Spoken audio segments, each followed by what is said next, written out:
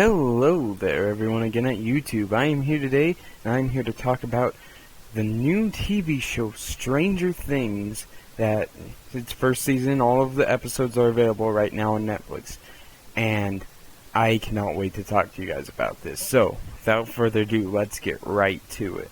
Stranger Things is about a group of kids who, one night, they're just playing some good old D&D that it takes place in, Indiana in 1983, November 3rd or 6th of 1983. I can't remember exactly when, but that's when it takes place. Some middle schoolers are playing a good old game of D&D on a school night, and after they are unable to finish the entire game, I've never played D&D, I'm sorry, I don't know exactly what it's called. Anyway, so they're not able to finish it completely, and they all go home, except one of the kids, named Will, is ambushed by a creature of some sort, and because of this, he ends up going missing, and no one in the town can figure out what happened to him, and it sets up a fantastic coming-of-age / mystery / sci-fi show that takes place in this small town, and it really blew me away. Of course, I remember seeing the trailers for this show. I actually saw it in a movie theater. I never saw a trailer other than that for the actual show, and I actually thought it looked really interesting. But the first thing it instantly reminded of when I saw the trailer was, of course, a film that came out a few years ago called Super 8, directed by J.J. Abrams. And overall, if I was to compare it to really anything, this show, I would have to compare it to Super 8 because it has so much more, so many of the same kind of things going on, some of the same, obviously the same time period, some of the same problems, some of the mystery that came in that movie. But what Super 8 failed at in some parts of it, Stranger Things definitely did about 10 times better, because there's this thing about this show in that it personifies the 80s almost. Like, I never grew up in the 80s because I was born like in the 90s, like in the late 90s, so I grew up in the early 2000s. So I didn't know really much about the 80s until a few years ago when I started searching up more about it. I read Ready Player One, I've done research, I've listened to more 80s songs, stuff like that, but I never experienced it, I never grew up in it, and that's why I feel like this is the most 80s thing you could ever watch. I really want to talk about that first because I thought that this is what the show did best. The aesthetic, the 80s aesthetic put into it, with first of all the actual nuances of the 80s stuff, that it's like movies and games and all of that different stuff. Even stuff in the actual community that you see, and you're like, wow, that's definitely personifying the 80s so much. And it's a big tribute to the 80s overall, and it still provides a great story. Don't get me wrong, but that is what the show did best, in my opinion, and I really, really loved it for that reason. But enough gushing about that. Let me tell you what I really thought about the overall story and characters and whatnot of the show. The characters were really good. I really loved the child actors, / teen actors, kind of, but not really. They did a fantastic job. The chemistry between them was just so prevalent. I thought they all worked very well together, especially the girl in this, who I'm not going to say what her name is. If you saw the trailer, you'll know that she's in it. But she had did a really good job as well, and I also liked most of the other actors. The police chief, played by David Harbour, was phenomenal. He was probably actually my favorite character in the show. He did such an amazing job at going from one personality to the other, and sort of gives you subtle hints as to what his life was before working in this small town. It was really nice. I liked the girl that played Will's mother in the show. She did a very, very good job. I like the guy that played Will's brother as well. He was phenomenal, just great. There's a basically it's an ensemble cast, so there's mostly not really a main character in the movie, but I would consider the kid Mike to kind of be the main character, and he was very good as well, and so were his friend, the kids who played his friends, Lucas and Dustin. They like almost every scene that they were in, they actually stole the show from me. They were fantastic. They were talking like kids probably would, middle schoolers would talk, especially back then. They were swearing, they're being just crazy and everything, talking like nerds, and it was just fantastic. I really enjoyed the actors and all that they did. And other than that, I really actually loved the story for this. It's a big mystery about these disappearances that are going on in this small town, and how strange things are starting to happen, or stranger things. I'm sorry about that. There's a little bit of a horror element added into it, but not too much to where it's straight up horror anymore and people are getting killed left and right or anything like that. Not like slasher film level of horror. And the thrills and the tension in every little action scene are just amazing. All the character building in the show is very nice, and you grow onto these characters, and you go like, this is great when you're watching the show. And this is like, I think, probably the only Netflix show I was able to binge watch in a very short amount of time. It took me like 2 days to binge watch the entire show. And I'm not a big binge watcher overall. I mean, I can do it, but sometimes it's hard for me to keep my focus, and that's kind of a problem.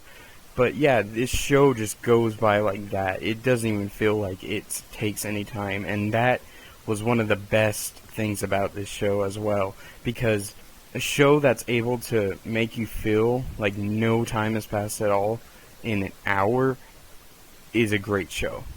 Of course, I would have done just a whole big spoiler review, but I'm pretty sure there are a lot of people that have not seen this show already who are watching this video, so that's why I've been kind of ambiguous about all of what goes on in the actual plot of the show, because I'm trying to keep it as spoiler-free as possible.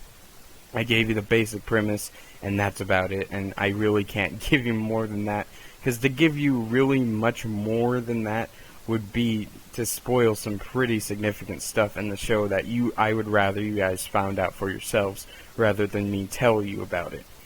But other than that, there's only one problem I could find with the show, and the only problem I had was that at the end they kind of teased the second season a little bit, but they did it just right to where I really wouldn't care if they did have a second season. They wouldn't need to have a second season if they didn't want to. I thought it concluded on a very, very tight note. I said there was a bad thing about it, and of course, cliffhangers can be like, oh my gosh, you gotta be kidding me. But at the same time, that's basically my only nuisance with the film. That's nitpicking at this point. Because there's really nothing wrong with the show at all. I honestly did not have a single problem with it, and it all worked out just fantastically. And I think more shows need to be like Netflix. Not release all the episodes at once, but they need to figure out, they need to all be done. People need to know what where they're going with the show right away. They can't just go halfway through, oh, our show's going good right now, let's renew it for another season. And then it turns to crap, and then there's no reason for another season, and no one wants it.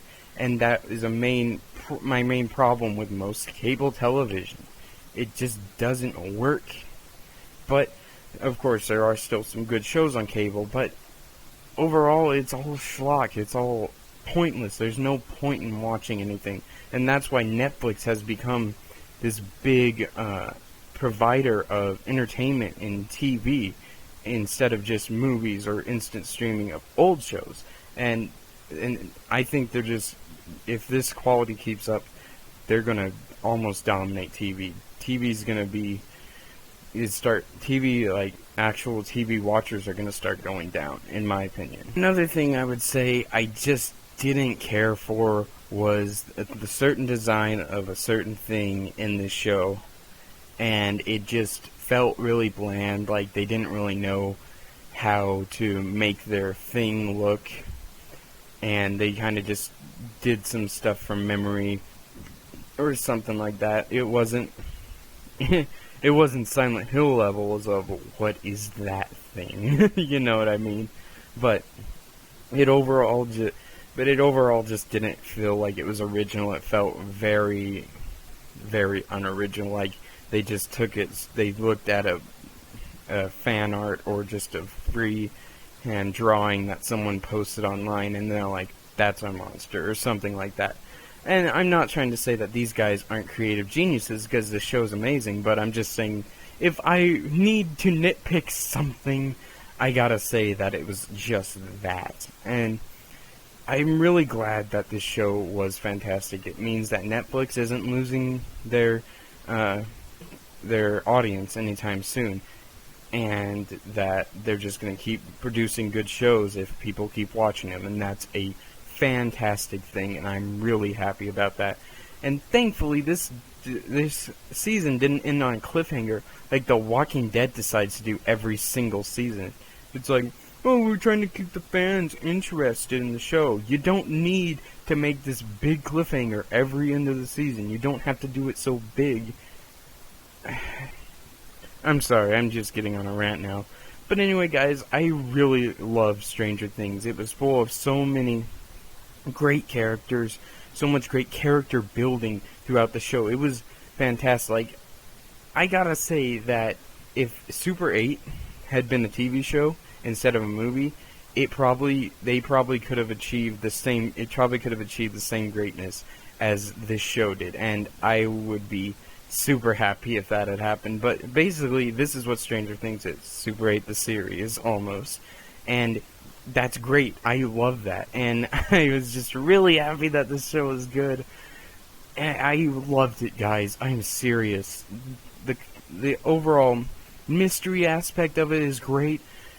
The horror, the thrills, the tension, all of it is just fantastic. The story's amazing. I loved every second of the show. And I gotta say, guys, that Stranger Things is pure amazingness.